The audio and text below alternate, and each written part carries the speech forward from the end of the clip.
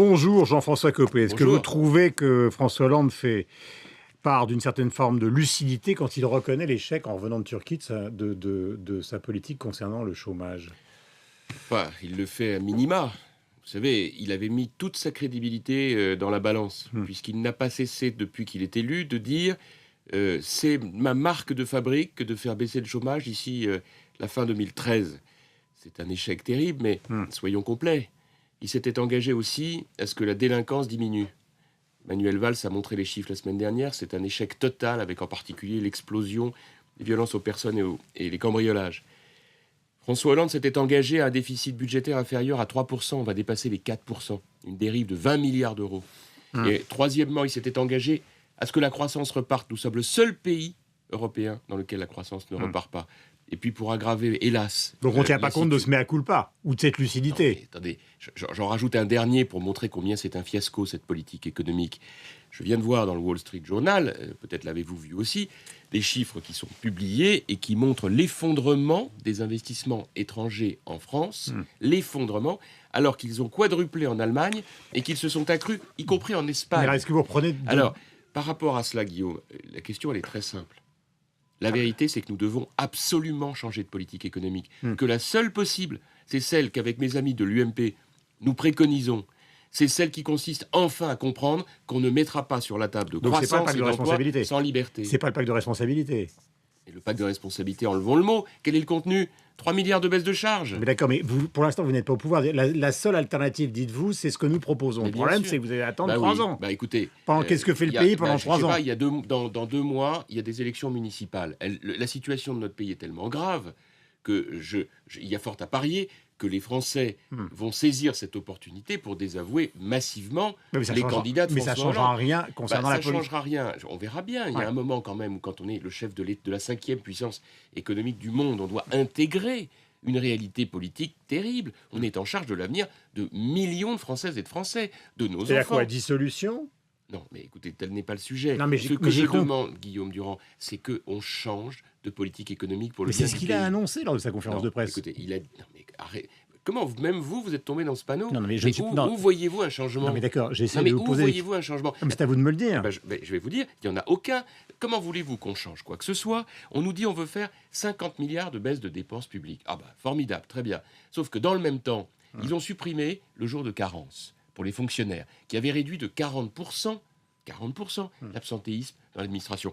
Ils obligent les collectivités locales à prendre en charge la modification des rythmes scolaires. Pour ma seule ville de Meaux, j'ai fait le calcul, compte tenu que j'ai 6000 enfants scolarisés, cela représente une augmentation de mon budget, si je dois le faire, de 2%, sans contenu éducatif, uniquement pour payer des gens à garder les enfants, parce que M. Non, Payon mais d'accord. a cette lubie. Comment voulez-vous que dans ce contexte, on puisse changer de politique économique? C'est impossible. D'accord, mais vous comprendrez que les gens qui nous regardent ce matin et qui nous écoutent avec, je l'espère, beaucoup d'intérêt, considèrent aussi que tous les résultats n'ont pas été faramineux pendant le quinquennat de Nicolas Sarkozy, et que donc il y a une sorte d'impuissance collective qui est Alors, vécue par ceux qui sont là. Je voudrais répondre à ça, parce qu'il y a un moment où... Je le dis d'autant plus qu'il y a des années avant, le chômage a baissé encore, il y a une dizaine d'années. Guillaume Durand, je connais l'histoire. Ouais. On ne va pas nous refaire l'histoire du bilan du quinquennat précédent pendant 150 ans. Ça fait 2 ans maintenant que François Hollande est président de la République. Ouais. Les Français, ils ont voté en 2012 et ils nous ont, pardon de le dire comme ça, renvoyés à nos études, puisque quelque part, ils ont dit on veut plus de vous, on veut la gauche. Bon,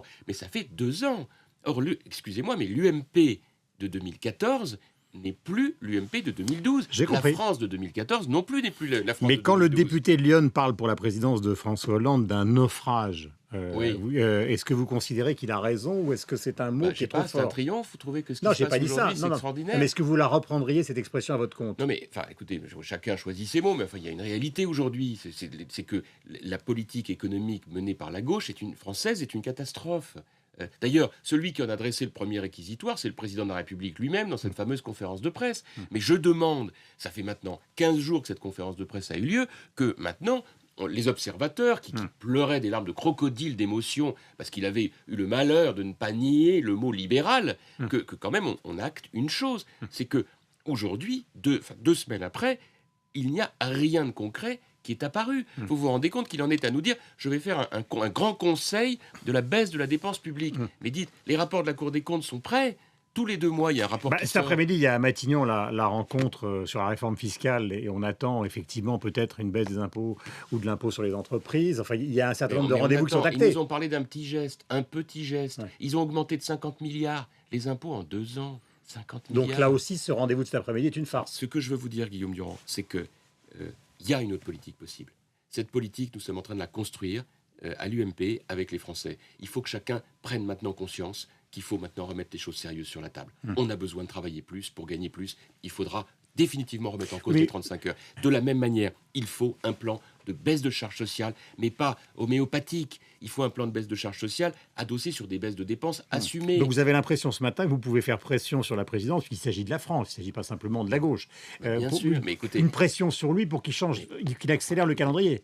c'est les Français qui vont mettre une pression massive. Si au municipal, les Français votent massivement pour les candidats de l'UMP dès le premier tour, plutôt d'ailleurs que de marquer leur colère en votant pour le Front National, ce qui serait encore une échappatoire pour François Hollande, puisque nous ne ferons pas d'alliance avec le Front National. S'ils votent pour les candidats de l'UMP, ça va être pour la première fois depuis 2012 la démonstration d'un désaveu massif. Là, ce ne sera pas des bouts de sondage, ce ne sera pas des commentaires de tel ou tel journaliste ou commentateur, observateur engagé, ce sera les faits.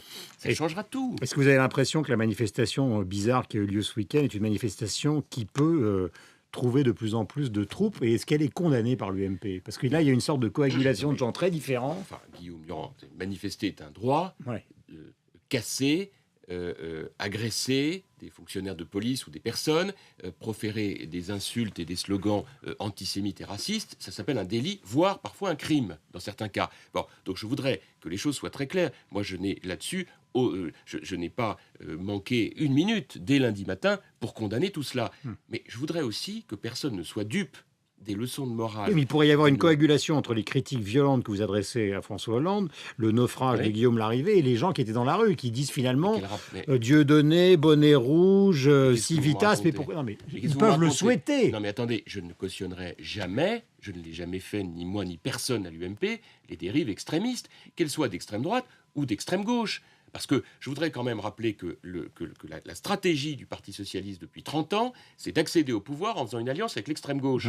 Bon, et donc une fois qu'elle est au pouvoir, elle ne sait plus quoi en faire parce qu'elle est tiraillée par les extrémistes de gauche. Nous avons toujours refusé l'alliance avec l'extrême droite et c'est ce qui fait que nous avons un projet que nous sommes en train d'élaborer qui est cohérent. Alors ok, on a été battu, vous me l'avez fort aimablement rappelé tout à l'heure. Sauf que maintenant, on va tourner la page, on va aller vers l'avenir. Parce qu'on ne peut pas toujours se dire, comme on a été battu, on arrête, on s'excuse et on laisse la place aux extrémistes. Car c'est l'avenir de la France. Beaucoup de questions. Vous avez demandé la démission de Michel Sapin pour des raisons à la fois politiques, peut-être symboliques. Or, d'après ce qu'on entend dans les couloirs, il pourrait être nommé à Bercy après les régionales, justement, pour renforcer la politique gouvernementale avec un départ de Moscovici. Moi, j'ai demandé le départ de Michel Sapin. Pourquoi ? Dans n'importe quel autre pays démocratique, lorsque un président de la République met toute sa crédibilité sur la baisse du chômage et que c'est une augmentation du chômage dans de telles proportions, la moindre des choses, c'est quelque part devant les Français d'assumer une responsabilité politique. Donc le départ du ministre du Travail, c'est pour dire, oui, on va changer de politique, donc on va changer les hommes.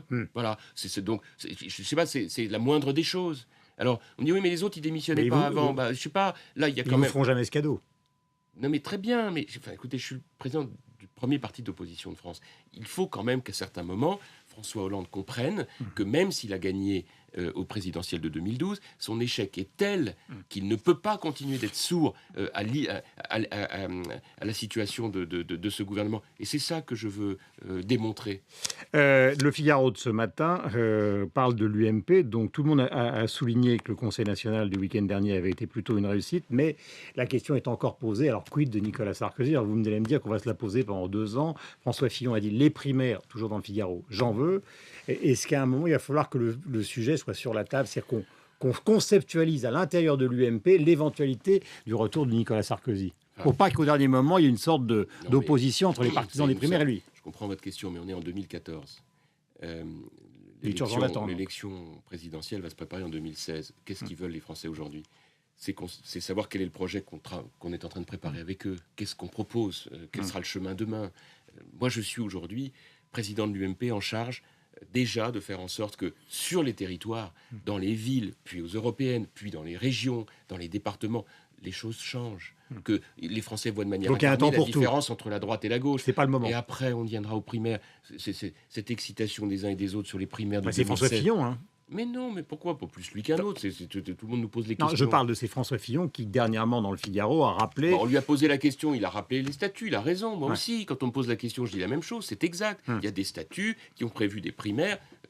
Aujourd'hui, dans l'époque dans laquelle nous vivons, ça a du sens. Donc Nicolas Sarkozy devra passer par les mais je primaires n'en s'il sais revient. rien. Mais écoutez, Guillaume, Ah si, vous avez les statuts, vous êtes le on a des président. statuts, il y a des statuts, ils seront appliqués. Mais c'est pas le sujet d'aujourd'hui, c'est ça que je veux vous dire. Le sujet d'aujourd'hui, c'est aussi le débat de ce soir entre NKM et Hidalgo. Les sondages sont mauvais. Alors évidemment, si vous gagnez sur les villes de plus de 9000 habitants, ce qui est la réflexion de l'UMP, c'est une chose. Mais si vous perdez Paris, ce qui est peut-être le cas, et si vous perdez Marseille, ce qui est peut-être le cas aussi, il va y avoir une lecture des municipales qui sera assez divergente. Lecture par qui? Bah, par les observateurs, Mais par les si on Français, arrêtait- par vous-même Écoutez, d'ailleurs. je propose qu'on distingue. Les observateurs, pour beaucoup d'entre eux, je me fais plus beaucoup d'illusions. Les Français, en revanche, je pense que c'est pas la même chose. Car je vais vous dire, aujourd'hui, il y a 1000 villes de plus de 9000 habitants. 1000, c'est énorme. C'est tout le territoire français. Sur ces 1000 villes, aujourd'hui, la gauche en détient 55%, la droite 45%. On verra que sera la photographie de la France, pas de Paris, de la France, au soir du deuxième tour des municipales.